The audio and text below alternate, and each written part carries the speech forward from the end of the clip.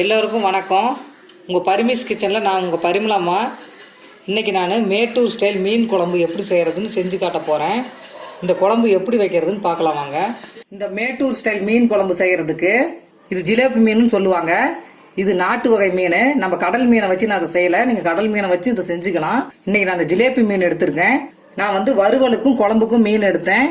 நான் குழம்பு கம்மியாக வைக்க போகிறேன். வறுவல் அதிகமாக செய்ய போகிறதுனால அந்த வறுவலுக்கு எடுத்த மீனில் இந்த தலைபாகத்தையும் நான் அந்த குழம்புல சேர்த்துக்க போகிறேன்.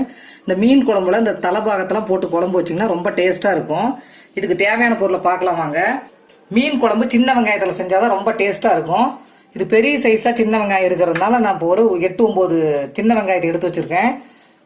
ஒரு மிளகாய் வட்டர் ஒரு 7-8 எடுத்து வச்சுருக்கேன். கலருக்காக 2 காஷ்மீரி மிளகாய் எடுத்து வச்சுருக்கேன். ஒரு 3 டேபிள் ஸ்பூன் மல்லி விதை எடுத்து வச்சிருக்கேன். இந்த மிளகாயும் மல்லி விதையும் ஒரு 5 நிமிஷம் ஊற வச்சு நம்ம பச்சையாவே அரைச்சிக்க போறோம்.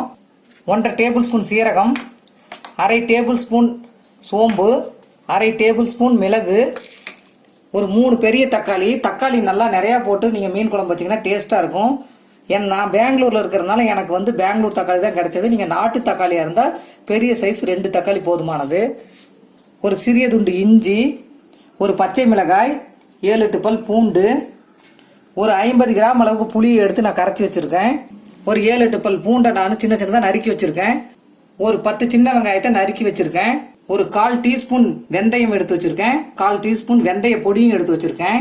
ஏன்னா வெந்தயம் குழம்புல அடியிலேயே தங்கிடும். அதோட ஃப்ளேவர் நமக்கு கிடைக்காது. இந்த வெந்தய பொடி போடக்குள்ள குழம்பு நல்லா வாசனையாகவும் இருக்கும். இந்த வெந்தய பொடியில் இருக்கிற அந்த டேஸ்ட் நம்ம குழம்புல கலந்து வரும். கருவேப்பிலை எடுத்து வச்சிருக்கேன். அந்த புளியை நான் கரைச்சி வச்ச புளி கரைசல் இது. இந்த மசாலா ஐட்டம்லாம் நம்ம வதக்கி தான் நம்ம அரைச்சி சேர்க்க போறோம். எப்படி வறுத்து அரைக்கலாம்னு பார்க்கலாம் வாங்க. எண்ணெய் கொஞ்சம் விட்டுக்கலாம். 1 டேபிள் ஸ்பூன் அளவு எண்ணெய் விட்டுருக்கேன். சின்ன வெங்காயம்,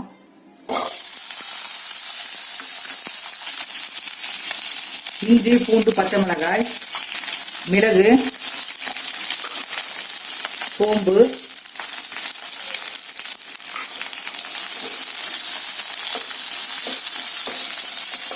இந்த மாதிரி வெங்காயத்தை வதக்கி அரைச்சி இதில் சேர்க்கக்குள்ள மீன் குழம்பு நல்லா டேஸ்டா இருக்கும். வெங்காயம் ரொம்ப ப்ரௌனா வதங்க தேவையில்லை. ஒரு 3/4 பாகம் வதங்கினா போதும்.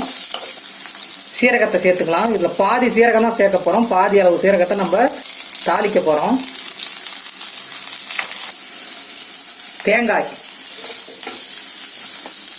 தேங்காய் லேசா வறுபட்டா போதும். வதங்கிருச்சு. அதே வானல்ல எண்ணெய் ஊற்றி தக்காளி போட்டு வதக்கிக்கங்க. இந்த தக்காளி பாதி வதங்கினா கூட போதும். ஏன்னா நம்ம குழம்புலையும் இதை வதக்க போறோம். தக்காளி பாதி வதங்கிருச்சு. நம்ம இந்த மசாலாவை அரைச்சிட்டு வந்துடலாம். இப்போ நம்ம அந்த மசாலா பொருட்கள்லாம் அரைச்சாச்சு.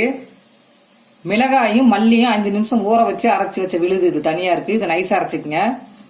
இது வெங்காயத்தோட நம்ம எல்லாம் போட்டு தேங்காய் எல்லாம் கலந்து வதக்கணும் இல்லைங்களா, அதை நான் அரைச்சி பேஸ்டா வச்சிருக்கேன். இதையும் நைஸா அரைச்சிக்கங்க. அந்த தக்காளியை நான் இப்படி பேஸ்ட் பண்ணி எடுத்து வச்சிருக்கேன். இப்போ அடுப்பில் ஒரு அகலமான பாத்திரத்தை வச்சுக்கோங்க. இதை கல்லெண்ணெயிலையோ நல்லெண்ணெயிலையோ செஞ்சால் ரொம்ப டேஸ்ட்டாக இருக்கும். ஒரு 5 டேபிள் ஸ்பூன் ஆயில் விட்டுருக்கேன் நான். எண்ணெய் லேசாக காஞ்சதும் வெந்தயம், நறுக்கி வைத்த பூண்டு,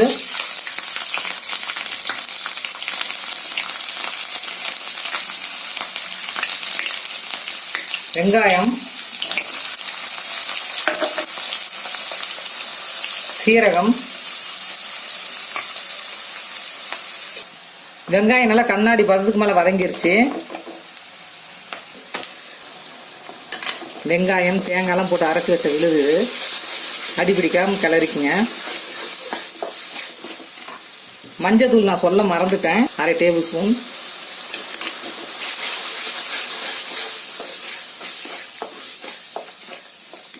இப்படி நம்ம வதக்கி செய்யக்குள்ள மீன் குழம்பு சீக்கிரம் கெடாது. ஒரு நிமிஷம் 2 நிமிஷம் கிளறி விட்டா போதும். பாருங்க எண்ணெய் பிரிஞ்சு வந்துருச்சு நல்லா. இதுக்கு கொஞ்சம் எண்ணெய் தாராளமாக விட்டாதான் நல்லா இருக்கும். தக்காளி அரைச்ச பேஸ்ட்டு, அரைத்த மிளகாய் மல்லி விழுதையும் இதில் சேர்த்துக்கலாம். எல்லா மசாலாவையும் நல்லா கலந்து விடுங்க. இது 2 நிமிஷம் 3 நிமிஷமே நல்லா பச்சை வாசம் போற மாதிரி நம்ம வணக்கணும் இதை. ஏன்னா நம்ம இந்த மிளகாயெல்லாம் ராவா தான் இதில் சேர்த்துருக்கோம். நல்லா ஒரு 10 நிமிஷமே நீங்கள் வதக்க விடுங்க. அடி பிடிக்காமல் கிளறி மட்டும் விடுங்க. இந்த மசாலாலாம் பச்சை வாசம் போயிடுச்சு. புளியை சேர்த்துக்கலாம். உங்களுக்கு புளிப்பு டேஸ்ட் ரொம்ப பிடிக்கும்னா இன்னும் கொஞ்சம் கூட சேர்த்து புளி விட்டுக்கலாம். நீங்கள் இந்த குழம்புக்கு தேவையான அளவு உப்பு, ஒரு பிஞ்ச் சுகர் சேர்த்துங்க. எந்த புளி குழம்புக்குமே கொஞ்சம் ஒரு பிஞ்ச் சுகர் சேர்த்தீங்கன்னா அந்த டேஸ்ட்டே வேறையா இருக்கும். இந்த புளி கரிக்கும்னு சொல்லுவாங்க பார்த்தீங்களா, இந்த சுகர் ஒரு பிஞ்சு சேர்க்கறதுனால அந்த கரிக்கிற தன்மை போயிடும்.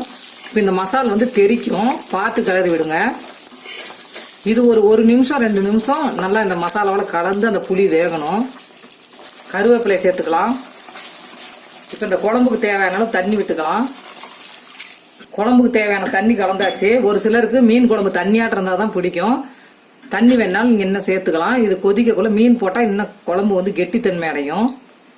இந்த குழம்பு நல்லா கொதிக்கட்டும். இப்படி குழம்பு கொதிச்சு வரும்பொழுது நம்ம இந்த வெந்தய பொடியும் இப்படி தூவி விட்டுக்கலாம். குழம்பு நல்லா கொதிச்சு நல்லா நுரையெல்லாம் அடங்கிருச்சு பாருங்க. இப்போ முதல்ல நம்ம ஃபர்ஸ்ட் வந்து இந்த தலையை போட்டுடலாம்.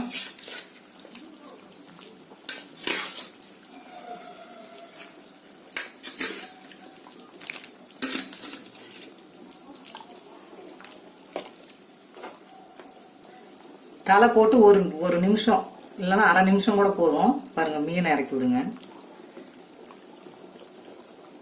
ஸ்லோ ஃப்ளேம்ல வச்சுக்கோங்க.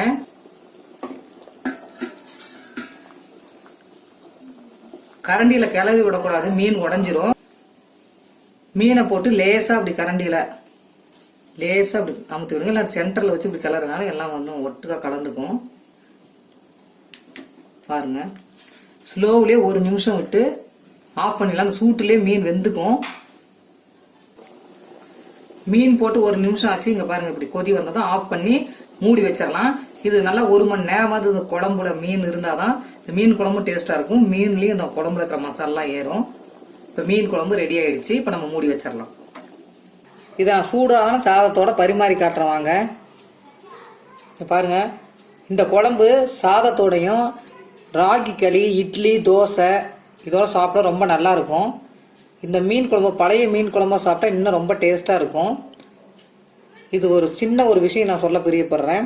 இந்த மீன் குழம்பு பழைய குழம்பை நம்ம இப்பெல்லாம் ஃப்ரிட்ஜில் தானே ஸ்டோர் பண்ணுறோம். இதை எடுத்து சூடு பண்ணக்குள்ள இந்த மீன் பீஸுகளை வெளியே எடுத்துட்டு அப்புறமா இந்த குழம்பை நல்லா கொதிக்க விட்டுட்டு மறுபடியும் அந்த மீன் துண்டுகளை அந்த குழம்புல சேர்த்துக்குங்க. இல்லைன்னா மீன் ரொம்ப குழஞ்சி போயிடும். இந்த ரெசிபி உங்களுக்கு பிடிச்சிருந்ததுன்னா லைக் பண்ணுங்க, ஷேர் பண்ணுங்க, மறக்காம சப்ஸ்கிரைப் பண்ணுங்க. வணக்கம்.